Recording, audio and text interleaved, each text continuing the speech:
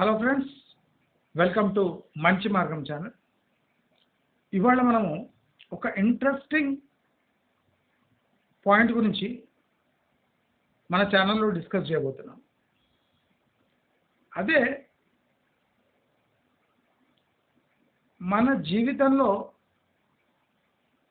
మనకు ఎదురయ్యే కష్టాలు కానివ్వండి, ఆ కష్టాలు తెచ్చిపెట్టే శత్రువులు కానివ్వండి, ఈ శత్రువులను మన లైఫ్లో మనం ట్యాకిల్ చేసే విధానం కానివ్వండి, అది చాలా ఇంపార్టెంట్. మన జీవితంలో విజయం సాధించాలి అంటే శత్రువులపై మన పై చేయి ఉండాలి. శత్రువులు అంటే ఎవ్వరు? చాలామంది మీరు మీ చుట్టుముట్టు లేదా మీ లైఫ్లో కూడా మీరు ఒక అనుభవించిన సత్యం ఏమంటే, అంటే మీ అందరికీ తెలుసు, మీ అతిపెద్ద శత్రువులు అంటే మొదటి స్థానంలో ఉండే శత్రువులు చాలామందికి తమ అన్న చెల్లెళ్ళు, అక్క తమ్ముళ్ళు అంటే రిలేటివ్స్లో కజిన్స్ కానివ్వండి, లేదా తోడబుట్టిన అన్న తమ్ముళ్ళు అక్క చెల్లెళ్ళే నంబర్ 1 పొజిషన్లో ఈ శత్రువుల లిస్ట్లో ఉంటారు. అయితే ఈ శత్రువులు ఎందుకు తయారవుతారు? శత్రువులు ఎందుకు తయారవుతారు? మీరు చూడండి, ఒకే కడుపున నలుగురు పుడతారు. నలుగురికి సుమారు ఒకటే ట్రీట్మెంట్ ఉంటుంది.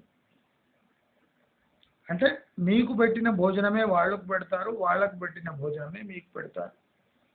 వాళ్ళకు పంపించిన స్కూల్కే మీకు పంపిస్తారు, మీరు పోయిన స్కూలే వాళ్ళు పోతారు. కానీ పెరుగుతూ ఉన్నప్పుడు ఒకరితో ఒకరు మెలుగుతున్నప్పుడు ప్రేమలు పెరగాలి, కానీ శత్రుత్వము పెరుగుతుంది. ఎంత విచిత్రం చూడండి. ఒకే కడుపున పుట్టి కలిసి పెరుగుతున్న క్రమంలో శత్రుత్వము పెంచుకుంటూ పోతారు. మన టోటల్ లైఫ్లో బయటి శత్రువుల కన్నా లోపలి శత్రువుల బాధలు, వెటకారాలు, అవమానాలే ఎక్కువ. అయితే ఈ వెటకారాలు, అవమానాలు ఎందుకు మన లైఫ్లో వస్తాయి? కొన్ని కోరుకోకుండా వస్తాయి, కొన్ని స్వయంకృత అపరాధం వల్ల వస్తాయి. అసలు ఈ తోడబుట్టిన వాళ్ళు ఎందుకు శత్రువులుగా మారుతారు అనేది ఒక $1 మిలియన్ క్వశ్చన్. ఒకే కడుపుల ఒకే సంస్కారంతో పెరిగిన పిల్లలు కొంతకాలమైనాక సంస్కారాలు మారుతాయి, అభిరుచులు మారుతాయి, జీవన విధానాలు మారుతాయి, వాళ్ళు చేసే లైఫ్ స్టైల్ మారిపోతుంది. అయితే ఈ మార్పు మంచిదేనా? మనం ఆలోచించవలసిన ముఖ్యమైన పాయింట్ చూడండి. మనము ఈ మార్పు మంచిదేనా? విడ్డూరం ఏమంటే, ఒకే కడుపున పుట్టిన, ఒకే విధంగా పెరిగిన, కొంతకాలమైనాక మన లైఫ్ స్టైల్స్లో మనది అనే ఒక ఫ్యాక్టర్ ఎప్పుడు గూడు కట్టుకుంటుందో, అంటే ఫౌండేషన్ పడుతుందో, అప్పుడు నాది అనేది ఒక మంచి ప్లాట్ఫామ్ రెడీ అవుతుంది. మనది దగ్గర నుంచి ఇప్పుడు నాది అనే ఎప్పుడు ప్లాట్ఫామ్ పడుతుందో గొడవలు మొదలుగాక తప్పవు. ఒకే కడుపున పుట్టిన తెలివితేటలు వేరుంటాయి, భాష వేరే ఉంటుంది, ఎకనామిక్గా వేరువేరుగా ఉంటారు. కొంతమందికి జాబ్స్ మంచివి దొరుకుతాయి, కొంతమంది దొరకవు, కొంతమంది బిజినెస్లో సెటిల్ అవుతారు. అలా ఒకే కడుపున పుట్టిన మన దగ్గర నుంచి నా అనే ప్లాట్ఫామ్ వేసుకునే క్రమంలో ఈ గొడవలంతా మొదలయ్యాయి. అయితే ఈ గొడవలు మనం అవాయిడ్ చేయొచ్చా అంటే చేయొచ్చు, కొన్ని చేయకూడదు కూడా. అబ్జర్వ్ చేయండి, నేను చెప్తున్నా, క్లియర్గా అండర్స్టాండ్ చేసుకోండి. ఈ ప్రాబ్లమ్స్ అవాయిడ్ చేయొచ్చు, కొన్ని ప్రాబ్లమ్స్ అవాయిడ్ చేయొద్దు. కొన్ని రిలేషన్షిప్స్ ఉంచుకోక తప్పదు, కొన్ని ఉంచుకోవద్దు. ఒకే కడుపున పుట్టినా లేదా ఒకే ఫ్యామిలీ మెంబర్స్ అయినా, అత్త మామ ఇటువంటి రిలేషన్స్, కజిన్ రిలేషన్షిప్ అయినా, దానికి కొన్ని పరిమితులు, హద్దులు ప్రత్యేకంగా ఉంటాయి. ఉమ్మడి కుటుంబాలు విచ్ఛిన్నం కావడానికి తమ ఇండివిజువాలిటీ అనే ఒక ఫ్యాక్టర్ ముఖ్య కారణం. అంటే ఇండివిజువాలిటీ ఎప్పుడు డెవలప్ అవుతుంది అంటే ప్రాపర్ ఎడ్యుకేషన్ ద్వారా డెవలప్ అవుతుంది. అంటే ఎడ్యుకేషన్ ద్వారా కాన్ఫిడెన్స్ వస్తుంది, కాన్ఫిడెన్స్ ద్వారా ప్లాట్ఫామ్ నిర్మితమవుతుంది, ప్లాట్ఫామ్ మీద తమకు తోచిన రీతిలో అంతస్తులు పెరుగుతూ పోతాయి. ఈ పెరిగిన అంతస్తులు మన రిలేషన్షిప్ని అరగదీస్తాయి. అంటే in the course of time ఈ అంతస్తులు మన మధ్యలో విభేదాలు సృష్టిస్తాయి. మన నుంచి నాది అనే ట్రాన్స్ఫర్మేషన్లో అతి భయంకరమైన విభేదాలు మన మధ్య ఏర్పడతాయి. ఇది నిజం. ఇది అవాయిడ్ చేయగలమా? నా ప్రకారం ప్రస్తుత ఇటువంటి కలియుగం టైంలో, ఈ 2024 అనే ఏజ్లో మనము బంధాలు ఏర్పరచుకొని నిలబెట్టుకునే ప్రయత్నం చెయ్యరాదు. చూడండి, వరల్డ్ వందల ఏళ్ళ నుంచి ట్రాన్స్ఫార్మేషన్ అవుతానే ఉంది. మనం అనుకున్న మాత్రాన అవి మిగలవు. ఇది నేను సత్యం చెప్తున్నా, అందరు గమనించండి. ఉమ్మడి కుటుంబాలు లేదా కోడలు అత్త ఇంట్లో మెదగకపోవడం, ఇవన్నీ ఈ కలియుగంలో జరిగే క్రమాలే. అంటే ఇంకా ఘోరమైన టైం ముందుంది. దానికోసం మనం వెయిట్ చేసి టీవీ స్క్రీన్ మీద సీరియల్ చూసినట్టు చూడాలి.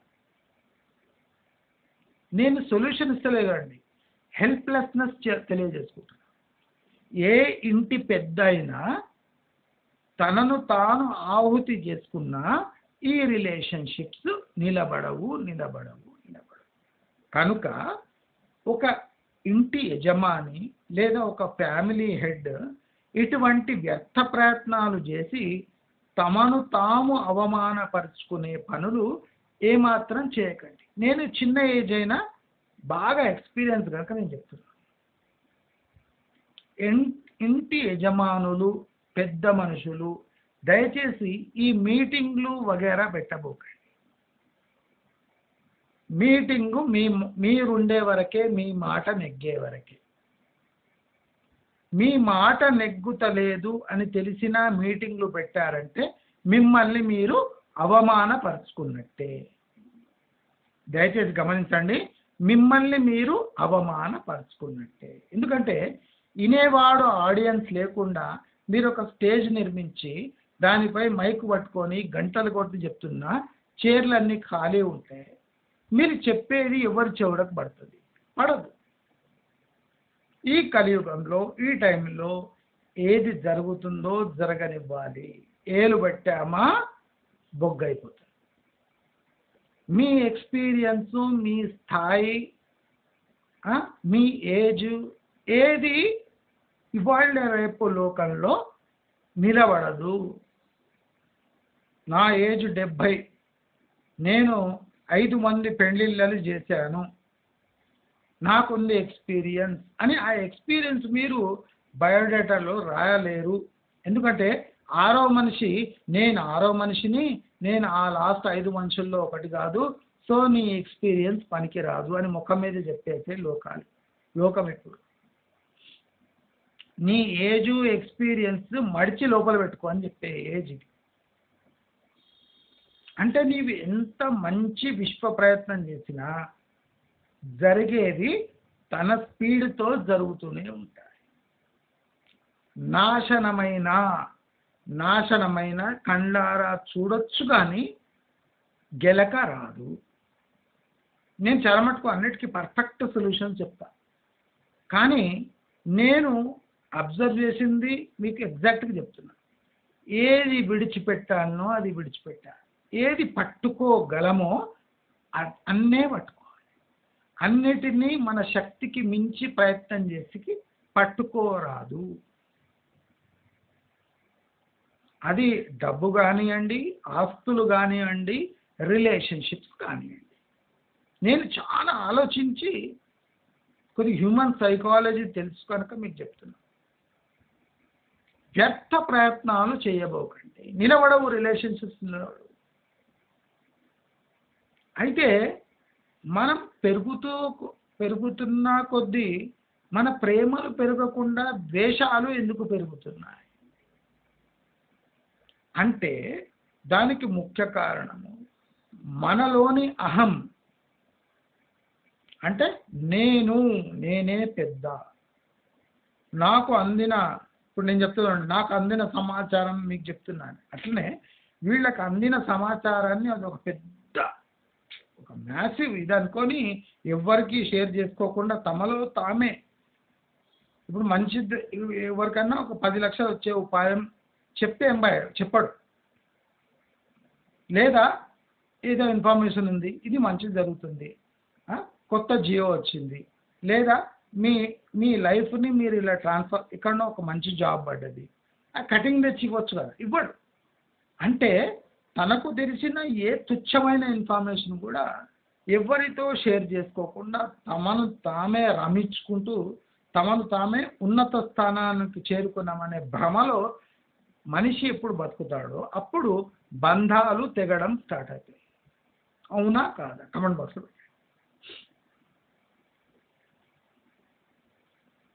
అంటే అన్న తమ్ములు ఒక 4 ఉన్నారంటే నలుగురు ప్రతి ఒక్కరూ బీకాము, బీఎస్సీ, ఇంజనీరింగ్ అందరు ఈక్వల్గా చేసిన ఫర్ ఎగ్జాంపుల్ 4 పిల్లలు ఉన్నారు, 4 బీటెక్ చేసారు అనుకోండి, సేమ్ స్ట్రీమ్లో కంప్యూటర్ ఇంజనీరింగ్, ఒక్కొక్కరికి ఒక్కొక్క స్థాయి జీతంతో ఒక్కొక్క కంపెనీలో దొరుకుతుంది.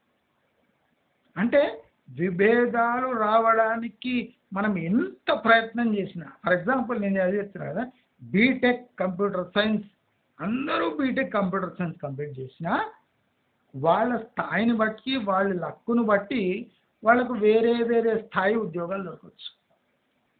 ఆ స్థాయి ఉద్యోగం దొరికిన తర్వాత అంటే గొడవలు రావచ్చు. ఎందుకంటే నేను చదువుకున్నది వాడు చదువుకున్నాడు, వాడికి మంచి ఉద్యోగం దొరికింది నాకు దొరకలేదు. దీనికి కారణం ఎవరు అంటే అమ్మా నాన్న ఉండొచ్చు, నా అదృష్టం ఇట్టెందుకు తగలడింది అంటే ఇటువంటి ప్రశ్నలు. అంటే ఆ ప్రశ్నల వల్ల ఏ సార్థకత లేదు. మనం మొత్తుకుంటూ కూర్చుంటే ప్రాబ్లమ్స్ ఇంకా వచ్చి పడుతుంటాయి. మనం నెట్టుకుంటూ పోతూ ఉంటే ఆ ప్రాబ్లమ్స్ తనంత తానే పక్క జరుగుతూ ఉంటాయి. ప్రాబ్లమ్స్ని పక్కకు జరపగలం కానీ టోటల్గా ఫినిష్ చేయలేము. ప్రాబ్లమ్స్ అక్కడక్కడ పడే ఉంటాయి, మనము దాన్ని సందులోంచి దూచుకొని వెళ్ళిపోవాలి. చాలామంది తన్నుకుంటూ పోదాం అనుకుంటారు, తన్నుకుంటూ గిచ్చుకుంటూ గిల్లుకుంటూ ప్రాబ్లమ్స్ని మనం అట్లా చేయొద్దు.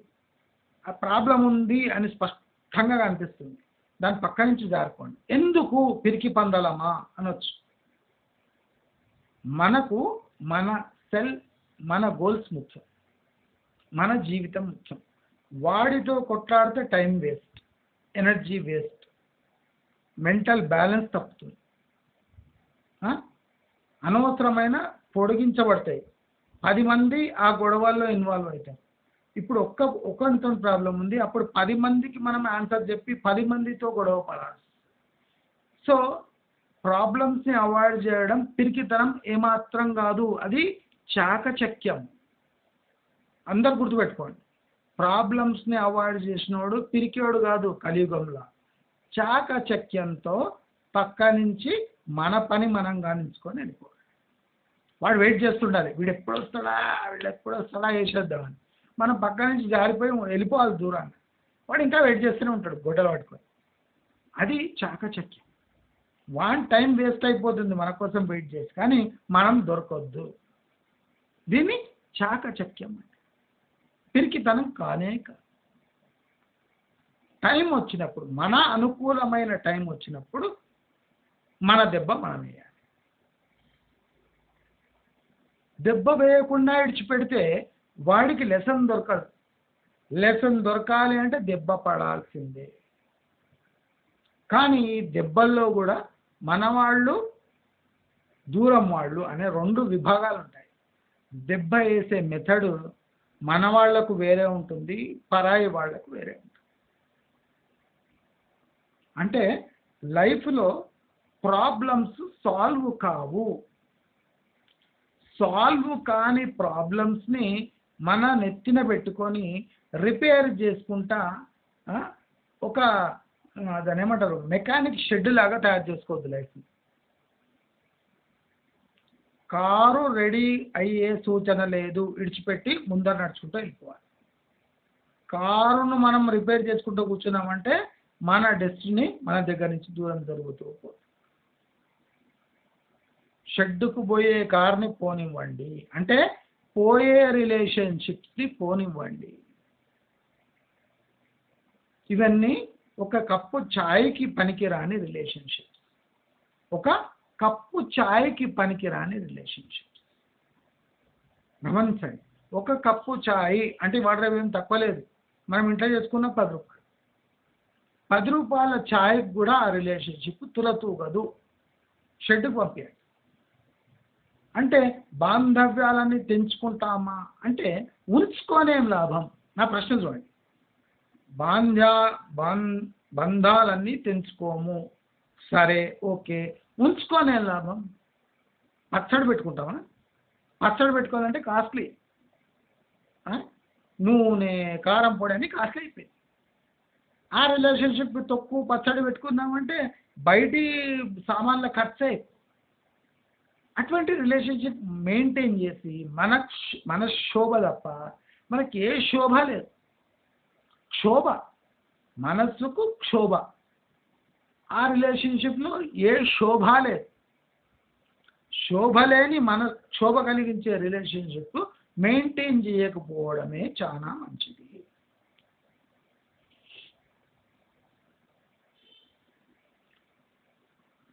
రిలేషన్షిప్స్ చెడడానికి ముఖ్యమైన కారణము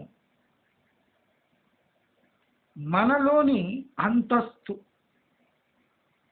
మనలోని డబ్బు కాదండి, మనలోని అంతస్తు. నా వర్డ్స్ చాలా ఇంపార్టెంట్, మీరు ఒక్కసారి అబ్జర్వ్ చేయండి.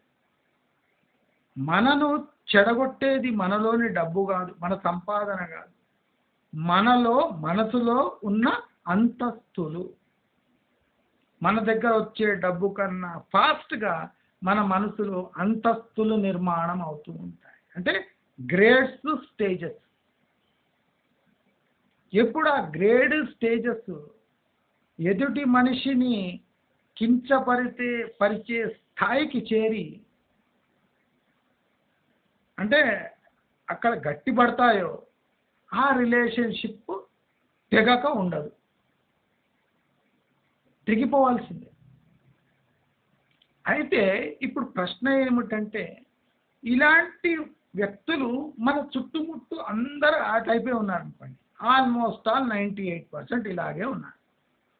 మన వెనక తవ్వేటోళ్ళు, మనం వెనక మాట్లాడేటోళ్ళు, మన ముందరొచ్చి తిట్టిపోయేటోళ్ళు, మనకి ఏదో రకంగా కీడు జరిగితే నవ్వుకునేటోళ్ళు, ఎప్పుడు మనకు కీడు జరగాలని ఆశపడేటోళ్ళు, మనసులో తట్టుకునే శక్తి లేక కక్కేటోళ్ళు, అంటే ఇటువంటి శాల్తీలే మన చుట్టుముట్టుంటే అది మన కర్మ ప్రాప్తి.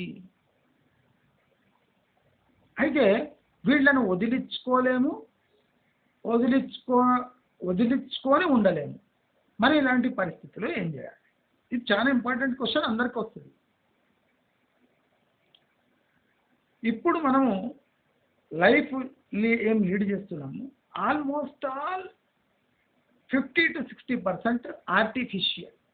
అంటే ఏ నిజస్వరూపము లేకుండా ఫుల్ యాక్టింగ్తో మన లైఫ్ లీడ్ చేస్తున్నాం. చాలా మటుకు అట్లాంటి లైఫే ఉంది. ఈవెన్ నా లైఫ్ కూడా అంతే. నేనేం అతీతుండగా, అంటే ఏదో ప్రాబ్లమ్ని అవాయిడ్ చేయడానికి ఏదో చేస్తూ లైఫ్ లీడ్ చేయడమే. ఇప్పుడు యూట్యూబ్లో నేను చేసే ప్రాసెస్ కూడా అదే. అంటే అసలు ఉన్న లైఫ్ని మర్చిపోవడానికి ఏదో ఒక వ్యసనం. నాకు సిగరెటు, మందు ఇటువంటి అలవాటు లేవు కనుక నేను యూట్యూబ్ని ఎంచుకున్నాను. ఏదో రకంగా మైండ్ డైవర్ట్, అంటే mind divert is the wrong tactic నా ప్రకారం. అలా చేయకూడదు. ప్రాక్టికల్గా ఉన్న పాసిబిలిటీ ఉన్న లైఫ్ని లీడ్ చేయాలి. కానీ మనలాంటి మానవ మాత్రులు అన్నిటినీ కంట్రోల్ చేయలేరు. డబ్బులేమి, సర్కిల్ లేమి, లాయల్టీ లేమి, ఫ్యామిలీ బ్యాక్గ్రౌండ్ లేమి, లక్ లేమి, అంటే ఎన్ని లేమిలు. ఈ లేమీలన్నీ పెట్టుకొని మనము స్మూత్గా లైఫ్ లీడ్ చేయాలి, మన లైఫ్ మనం ఫోకస్ ఉంచుకోవాలి అంటే కష్టం. ఇప్పుడు చాలా మందికి వ్యసనాలు ఉంటాయి. వ్యసనాల బారిన పడి వాళ్ళు తప్పించుకుంటూ తిరుగుతారు. ఇప్పుడు నాలాంటి వాడు వ్యసనానికి బానిస కాలేడు ఈ ఏజ్లో. నాకేం లాజిక్ అంతే. వ్యసనాలు లేవు కాబట్టి ఫ్రెండ్స్ చాలా తక్కువ, ఫ్రెండ్స్ లేనట్టే. అండ్ ఎందుకంటే వాళ్ళకు వ్యసనాలు అనేవి ఒక ఆల్టర్నేటివ్ రూటు, కానీ నా రూటే సపరేట్. అందుకే ఫ్రెండ్స్ ఉండాలి. ఫ్రెండ్స్ లేమి నన్ను బాధిస్తుందా? లేదు. ఇప్పుడు ఒక ఫ్రెండ్ డైలీ కాల్ చేసి మాట్లాడు, కానీ ఇప్పుడు యూట్యూబ్ ద్వారా నేను గంటలు గంటలు మాట్లాడుతూనే ఉంటారు. కమెంట్స్ రూపంలో ఏదో వస్తూ ఉంటుంది, దానికి జవాబు ఇస్తూ ఉంటాము. అంటే లైఫ్ డ్రాగ్ చేస్తున్నాను. అసలు ఇది తప్పు, నేను చేసే పని కూడా తప్పే. కానీ నాకున్న బెస్ట్ కండిషన్స్లో ఈ కండిషన్, నాకున్న ఆప్షన్స్లో ఇది బెస్ట్ ఆప్షన్ కనుక నేను దీన్ని ఎంచుకున్నాను. లేదా నేను కూడా ఏదో ఫ్రెండ్స్ కోసం వ్యసనాలు, రిలేటివ్స్ కోసం వ్యసనాలు, రిలేటివ్స్ స్థాయిని నేను మించిపోవాలని లైఫ్ అంతా నాది డబ్బు సంపాదనలో పడటము. అంటే ఒకరి స్థాయిని ఇంకోరు మించిపోయే ప్రయత్నంలో లైఫ్లు బ్యాలెన్స్ తప్పి చెరో దిక్కున వెళ్ళిపోతున్నాయి. అంటే ఫర్ ఎగ్జాంపుల్ కొన్ని రోజులకు ఎట్లయితే అంటే మన చెల్లెల కొడుకు లేదా అన్న కొడుకు పేరు కూడా మనకు గుర్తుకురాదు. అన్న పేరే కష్టంగా ఉంటుంది, అన్న కొడుకు పేరు గుర్తుకురాదు. అంటే the type of relationships are అంటే ఎట్లున్నాయంటే స్పార్క్ ప్లగ్ లాగా. ఇట్లా టక్ అని ఒక స్పార్క్ వస్తుంది, మళ్ళీ పోతుంది, మళ్ళీ పోగానే దాన్ని మళ్ళీ ఇట్లా అంటే ఒక స్పార్క్ వస్తుంది. అంటే ఈ స్పార్క్ ప్లగ్తో ఇంజన్ స్టార్ట్ చేసిన పెట్రోల్ లేదు. స్పార్క్ ప్లగ్తోని రిలేషన్షిప్స్ మళ్ళీ కలపచ్చు, కానీ ఆ ఇంజన్ నడవాలంటే లోపల పెట్రోల్, ఆ పెట్రోలే లేదు. ఇంకా ఎన్ని స్పార్క్ ప్లగ్లు తీసుకొని ఎన్నిసార్లు పెట్టినా ఆ రిలేషన్షిప్ నిలబడవు అని ఎంత త్వరగా మనము రియలైజ్ అవుతామో అంత పీస్ఫుల్గా లైఫ్ లీడ్ అవుతుంది. అంటే ఒంటరితనము అనే ఒక ప్రశ్న వస్తుంది. ఈ ఒంటరితనాన్ని మనము ఎలా జయించాలి? ఒంటరితనాన్ని జయించే ఒకే ఒక మెథడ్ అక్వైరింగ్ నాలెడ్జ్. ఏదైనా కానివ్వండి, కచ్చడా ఏ దొరికితే నాలెడ్జ్ అక్వైర్ చేసుకోండి. మీకు ఎవ్వడు అవసరం లేదు. నా ప్రాక్టికల్ నేను లైఫ్ గురించి చెప్తున్నా. నాకు కూడా ఎవ్వడు లేడు. ఇప్పుడు దొరికిన ఆర్టిఫిషియల్ స్మైల్లే. కొంతమందికి నేనంటే భయం, కొంతమందికి భయము, కొంతమందికి అసహ్యము, కొంతమందికి ఎక్కడ నిజాలు మాట్లాడతాడని వాళ్ళకు భయము, కొంతమంది వీటితో ఎక్కడ పెట్టుకోవాలరా నాయన అని వాళ్ళు పారిపోతారు. అంటే నన్ను చూడంగానే పారిపోయేటోళ్ళే ఎక్కువ, 99.9%. లేదా ఏదన్నా నా యూజ్ ఉండాలి, అంటే నా వల్ల ఏదైనా లాభం ఉంటే వాళ్ళతో మాట్లాడతాను. అంటే ఇక్కడ నా కోసం చచ్చిపడేటోడు ఎవ్వడు లేడు అని నాకు తెలిసిపోయాక నేనేం చేయాలి? ఇప్పుడు ఇది క్లియర్. ఇప్పుడు నా డెస్టినీ ఇట్లా, నా లైఫ్ ఇట్లా, నా రిలేషన్షిప్స్ ఇట్లా, నా రిలేటివ్స్ ఇట్లా, నా ఫ్రెండ్స్ ఇట్లా, ఇది క్లియర్గా తెలిసిన పోయినప్పుడు మీకు డిసిజన్ తీసుకోవడం దాంట్లో కొన్ని క్షణాలే పట్టాలి. ఇది మిథ్య. అయితే సత్యము మనం తెలుసుకున్నా లాభం లేదు అనే ఒక స్టాండర్డ్ ఫార్మాట్కి మనం వచ్చేసి ఇప్పుడు ఏం చేయాలి? ఇప్పుడు లైఫ్ అంతా ఖాళీ పడ్డది, ఇంకో 20 ఏళ్ళు 30 ఏళ్ళు బతకాలి. ఏం చేయాలి? ఎవరన్నా గెలకాలనా, కొట్టాలనా, అనవసరంగా సతాయించాలనా? వేస్ట్ కదా ఇవన్నీ, టైం వేస్ట్. దానికన్నా నాలెడ్జ్ గెయిన్ చేయడం, అంటే అందరు చేతగాని పని. ఎవడు చేస్తాడు రా అయిపోతుంది, మనకేం అవసరం? మనకేం అవసరం అని నాలెడ్జ్ అంటాం, కానీ మనకేం అవసరం అనే రిలేషన్షిప్స్ అన్న మనం. అడ్డమైన పెళ్ళిళ్ళకు పోవడం, అడ్డమైన బర్త్డే పార్టీలు అటెండ్ చేయడం, వాడంటే అస్సలు గిట్టదు కానీ వాడి కొడుకు బర్త్డేకి పోయి ఒక గిఫ్ట్ ఇవ్వడం, ఇది వేస్ట్. ఆ రిలేషన్షిప్ నిలబడడం పాడలేదు. దీనివల్ల మనం నిలబెట్టుకోలేమా అంటే, ఆ గిఫ్ట్లు ఇచ్చి పెళ్ళిళ్ళు అటెండ్ చేయడం పెద్ద పని కాదు. తెలివని పెళ్ళిళ్ళు మేము మస్తు అయినాం. మా కాలేజ్ పక్కకు పెద్ద ఫంక్షన్ హాల్ ఉండే. ఏ పెళ్లి జరిగినా ఆ రోజు మంచి డ్రెస్ వేసుకోకపోయి వధూవరులను షేక్ హ్యాండ్ ఇచ్చి తినేచ్చేవాళ్ళు. అంటే కాలేజ్ టైం మనం ఏం చేస్తాం, చెప్పుకోవడానికి కూడా సిగ్గు ఉంది, కానీ అప్పుడు చాయ్ సమోసా తింటుంటుంది. పెళ్ళి అక్కడ ఉంది అని తెలిస్తే నెక్స్ట్ డే మంచి షర్ట్ ప్యాంట్ వేసుకోపోయి మెయిన్ గేట్ లైన్స్ పోయి వధూవరులను ఆశీర్వదించి చేతులు కలిపి తినొచ్చేవాడు. అంటే అది కూడా ఒక బతికేనా? అంటే అప్పుడు స్వీట్స్ ఏమైనా కాలేజ్ అట్మాస్ఫియర్ కొంతమంది గుర్తుపట్టేవాడు. అంటే అది అవమానమే. కానీ ఆకలి, బిర్యానీ బయట తినాలంటే 30-40 రూపాయలు, పెళ్ళికి పోతే ఫ్రీ. అంటే మనం ఎటువంటి పిచ్చి పిచ్చి పనులు చేసినాం చూడండి లైఫ్లో. ఇప్పుడు చేస్తామా? ఇప్పుడు పిలిచినా పోము. అప్పుడేమో ఎవరు పెళ్ళిలో ఏం కథనో గోడలు దుక్కేది, పోయేది, బాగా తినేసేది, వచ్చేసి పాన్ వేసుకొని వాడిని షేక్ హ్యాండ్ ఇచ్చి వచ్చేది. వాడికి డౌట్ వస్తుండే, వీళ్ళే కాలేజ్ పోరాలు ఉన్నట్టున్నారు, నాకు తెలియదు, వీళ్ళే ఈమెకు తెలియదు. మేము పోయినాక అడుగుతుండొచ్చు, నీకేమన్నా తెలుసా వీళ్ళే అంటే. ఫాస్ట్గా అయిపోవాలి ఆ పని. అంటే ఇవాళ రేపు రిలేషన్షిప్ అట్లా తగలద్ది. ఎవడిని గుర్తుపట్టట్లేదు. ఫర్ ఎగ్జాంపుల్ రిలేటివ్స్ పెళ్ళికే పోతే అసలు ఒకరికి టచ్ లేదు. ఇంకా పోయేం లేదు, గిఫ్ట్లు ఇచ్చి ఇప్పించుకోవడానికి పోవాలి. రిలేషన్షిప్స్ ఇట్లా తగలండి. ఇటువంటి రిలేషన్షిప్స్ని గుంజుకుంటూ పోతే ఏం లాభం? అంటే ప్రత్యక్షంగా పరోక్షంగా మనం అనుకున్నా అనుకోకపోయినా ఈ పన్నులు తగులుకున్నట్టు మనకు శత్రువులు తగులుకుంటారు. ఇప్పుడు మనం అనుకున్న పన్ను కట్టాల్సిందే, జిఎస్టీ. నీకు బిస్కెట్ ప్యాకెట్ కడితే జిఎస్టీ కట్టాల్సిందే. అట్లా ప్రత్యక్ష పరోక్ష పన్నులు ఎట్లుంటాయో ప్రత్యక్ష పరోక్ష శత్రువులు కూడా లైఫ్లో అట్లనే ఉంటాయి. అయితే ఈ శత్రువులని ఎలా జయించాలి? ఇది ఒక పెద్ద టెన్షన్. ఇప్పుడు నా లైఫ్లో కూడా ఎవరి లైఫ్లో కూడా శత్రువులు తయారైతూనే ఉంటారు. మనకు మంచి జరుగుతుందో లేదో తెలియదు, కానీ శత్రువులు మాత్రం రెగ్యులర్ ఇంటర్వెల్స్తో వస్తుంటారు. అయితే వీళ్ళని ఎట్లా ట్యాకిల్ చేయాలి? వీళ్ళని టోటల్లీ పక్కకు పెట్టొచ్చు. పక్కకు పెట్టేది మన చేతిలో లేదండి. శత్రువులు తయారవుతుంటారు. శత్రువులు తయారవుతారు. మీరు ఎంత సైలెంట్గా ఉన్నా తయారవుతారు. వాడు వచ్చి మిమ్మల్ని గెలుపుతాడు, శత్రుత్వం పెంచుకుంటాడు. అయితే ఈ శత్రువులను ఎలా ట్యాకిల్ చేయాలి? మన చేతిలో ఉందా? ఉంది.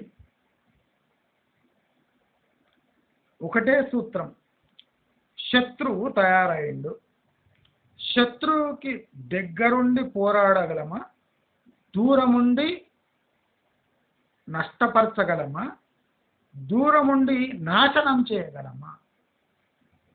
మీరు ఎప్పుడు గుర్తుపెట్టుకోండి, శత్రువులను దగ్గరుండి నాశనం చేసే టైం పోయింది.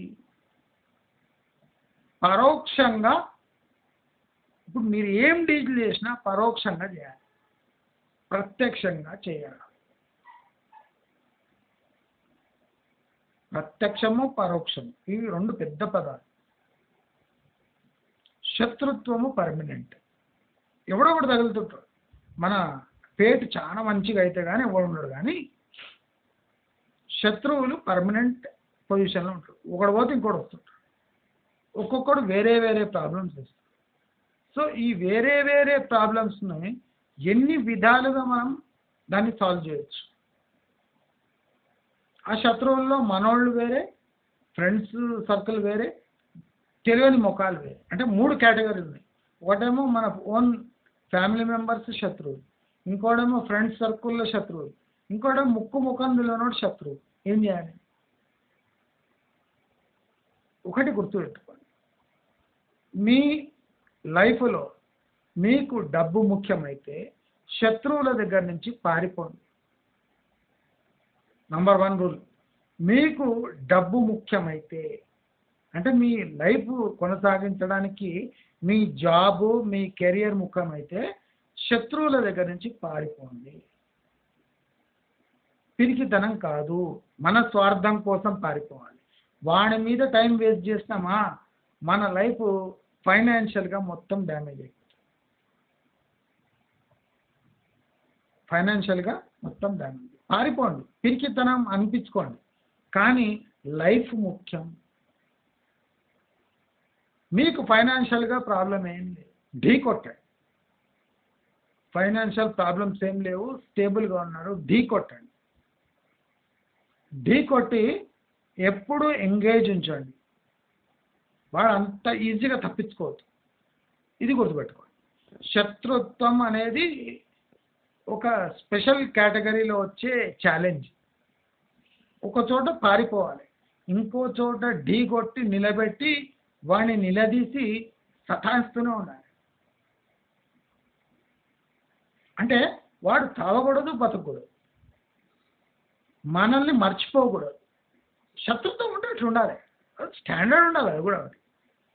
ఒక చోట పారిపోవాలి, తప్పదు. లైఫ్ ముఖ్యం. లైఫ్ కన్నా శత్రుత్వం దాని ముఖ్యం. వాడు ముఖ్యం అంటే వాడిని వెంట పడి వాడిని తరిమి తరిమి వాడిని సగం చచ్చి సగం బతికే స్టేజ్లో తేవాలి. శత్రుత్వం అంటే ఇట్లా ఉండాలి. ఇంకోటి, శత్రువును లేకుండా చేయడం, ఇది కూడా ఒక టాక్టిక్. ఇక అనవసరంగా శత్రువు టైం పాస్ కాకుండా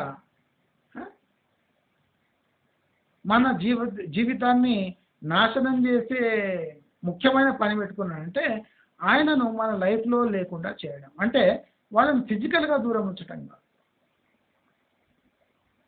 వాళ్ళని మన లైఫ్లో ఇంటర్ఫియర్ కాకుండా చర్యలు తీసుకోవడం.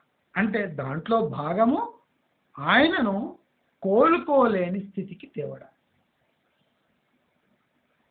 కోలుకోలేని స్థితికి, మానసిక స్థితి. నేను ఎప్పుడు మాట్లాడేది ఫిజికల్ కాదండి. ఫిజికల్ కూడా చేయాలి. ఎప్పుడు చేయాలి? మనకు ఫిజికల్ హార్మ్ చేపడుతుంటే మనకి ఇక భరించరాని స్థితి అయితే మనల్ని మనం ప్రొటెక్ట్ చేసుకోవడానికి ఏమైనా చేయొచ్చు. కానీ నేను మాట్లాడుతున్నది మానసిక స్థితి. మానసిక స్థితిని వేరే వాళ్ళని గాయపరచాలి అంటే మన దగ్గర నిబ్బరము, పేషెన్స్, ఓపిక, సమయస్ఫూర్తి, టైమింగు, ధైర్యము,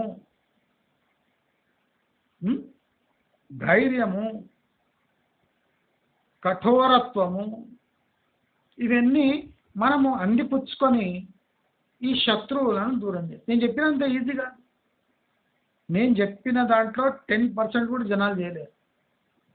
ఎందుకంటే సెల్ఫ్ కంట్రోల్ ముఖ్యం. సెల్ఫ్ కంట్రోల్ ముఖ్యం. ఇప్పుడు ఎవడో కామెంట్ పెట్టిండు, ఇట్లా పెట్టి డిలీట్ చేసేస్తా, బ్లాక్ చేసి పారేస్తా. కానీ రియల్ లైఫ్ అట్లా కాదండి. వాడు వద్దనుకున్నా వచ్చి తగులుతారు. ఏం చేస్తారు? ఇప్పుడు అందరికి పోయి మరణము, వీర స్వర్గము అవేంది ఏముండవండి. ఆ? అదేముంది కదా, వీర స్వర్గము అట్లా. విజయము వీర స్వర్గం, సారీ, విజయము వీర స్వర్గం. విజయం లేకపోతే వీర స్వర్గమా? ఎవరి కోసం? అట్లాంటి డైలాగ్స్ అన్ని పనికిరావు. మనకు విజయము వానికి వీర స్వర్గం, ఇది పాసిబుల్. మనకు విజయము వానికి వీర స్వర్గం. ఇక మనం వీర స్వర్గం పొందినాక విజయాలు ఏమి ఏం కథ? శ్వాస నడుస్తుంటే ఇప్పుడు ఏమైనా చేయొచ్చు. ఇక వీర స్వర్గం అని పైకి పోయాక ఇంకేముంటుందా? సో ఇలాంటి డైలాగ్స్ నుంచి దూరం ఉండి ప్రాక్టికల్ లైఫ్లో మనం విజయం సాధించాలంటే మనము ఏకాకి కావడానికి సిద్ధపడాలి. ఏకాకి కావడానికి సిద్ధపడితే మనకు అన్ఇమాజినబుల్ ఆపర్చునిటీస్ కనిపిస్తాయి. మనం అనుకుంటాం కదా మనం ఒక్కరమే ఉన్నాం, అది మన భావన మాత్రమే. మనం అనుకుంటే చుట్టుముట్టు చాలా మంది చేరుతారు. ఇప్పుడు నేను ఎక్కడ పోయినా, సార్ షేర్ మార్కెట్లో ఒక్క షేర్ చెప్పండి సార్, నా ముఖం తెలియదు, మూతి తెలియదు. సార్ షేర్ మార్కెట్లో ఎట్లా చేయాలి, సార్ బిజినెస్ ఎట్లా చేయాలి చెప్పండి సార్, నా బిజినెస్ నడుస్తుంది అంటే వీళ్ళంతా రిలేటివ్స్తో సమానం. రిలేటివ్స్ కన్నా ఎక్కువ ప్రేమ దొరుకుతుంది. సార్ ఛాయ్ తాగుతారు అంటే కూర్చుందాం రండి సార్ సాయంత్రం పోదాం అంటే వీళ్ళంతా దగ్గర వాళ్ళు కాదు, ఫ్రెండ్స్ కాదు, ముఖం తెలియని జనాలు. ఇది ప్రేమ కాదు, పాడు కాదు, అవసరం. ఇది నయం. ఆ రిలేషన్షిప్ తొక్కల రిలేషన్షిప్స్ కన్నా ఇవి నయం. ఒక ఛాయ్తో అయిపోతుంది. నేను కూర్చొని సాయంత్రం సిట్టింగ్లు చేయను కనుక సరిపోయింది. లేకపోతే మస్తు సిట్టింగ్ ఉన్నాను, సిట్టింగ్లే సిట్టింగ్, ₹1 ఖర్చు లేకుండా ఫుల్ సిట్టింగ్స్, నా జీవితం అంతా నడిచే సిట్టింగ్స్ ఉంటాయి. వద్దు ఆ సిట్టింగ్లు, వద్దు ఆ షేరింగ్లు, వద్దు. సిట్టింగ్ల తర్వాత ఏం జరుగుతుందో నాకు బాగా తెలుసు. అంటే మనకు ఇస్తున్న మర్యాదను కూడా మనము చూసుకోవాలి, బేరీ చేసుకోవాలి. ఎందుకు మర్యాద ఇస్తున్నారు? మన వల్ల లాభం పొందడానికే సిట్టింగ్లు. ఛాయ్ తాగామంటే వద్దంటాడు. సార్ రండి సార్ సాయంత్రం పోదాం కూర్చున్నామాట. తక్కువరా ఛాయ్ ₹10 అంటే విన్నాడు. ఛాయ్ ₹10 అయిపోతుంది, నేను ముగిస్తాను, నువ్వు ఏం మాట్లాడంటే లేదు లేదు అంటాడు. ఏం కూర్చుంటాం సార్, టీ తాగితే ఏమవుతుంది సార్, సిట్టింగ్ కూర్చుంది. సిట్టింగ్ మస్తు సిట్టింగ్లు వస్తాయి. సిట్టింగ్లు స్టాండింగ్లో కర్మ లేదు.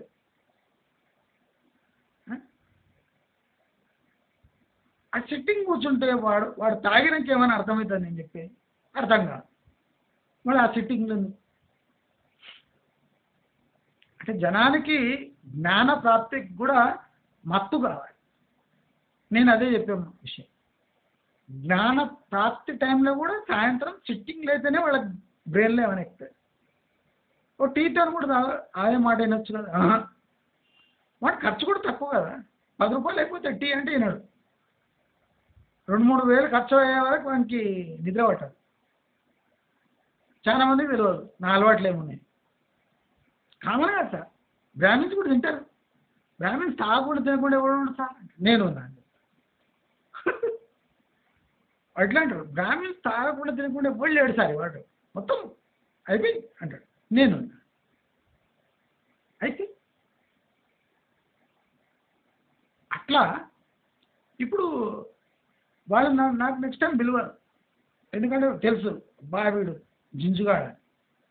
నా దగ్గర ఇన్ఫర్మేషన్ తీయాలంటే ఎట్లా తీయాలి, నేను ఉపయోగపడాలంటే ఎట్లా పడాలి, వాళ్ళ క్వశ్చన్ మార్క్.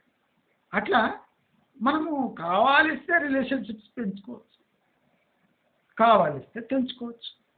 నేను చెప్పదలుచుకుంది ఒకటే, relationships does not matter in this society. What matter is your financial health and ability of your body. అంటే మీ ఫైనాన్షియల్ స్ట్రెంగ్త్, బలము, ప్లస్ మీ బాడీ ఎంత హెల్తీ ఉంది, ఈ రెండే ఈ కలియుగంలో నడిపించే రెండే మార్గాలు, మీ ఫైనాన్షియల్ హెల్త్, మీ పర్సనల్ హెల్త్ తప్ప ఏ రిలేషన్షిప్స్తోని ఏమీ ఒరగదు మీకు. 100% రాసిస్తా. మేడం మీరు ఎన్ని చెప్తారు కదా, మనం మీరు ఇట్లెందుకు మాట్లాడుతున్నారు అంటే నేను కరెక్ట్గా మాట్లాడతాను. ఇప్పుడైనా మేల్కోనండి. అంటే అందరూ విచ్ఛిన్నం అయిపోదామా అంటలేను నేను విచ్ఛిన్నం కాండి అంటలేను. నేను చెప్పే మాటలు క్లియర్గా వినండి.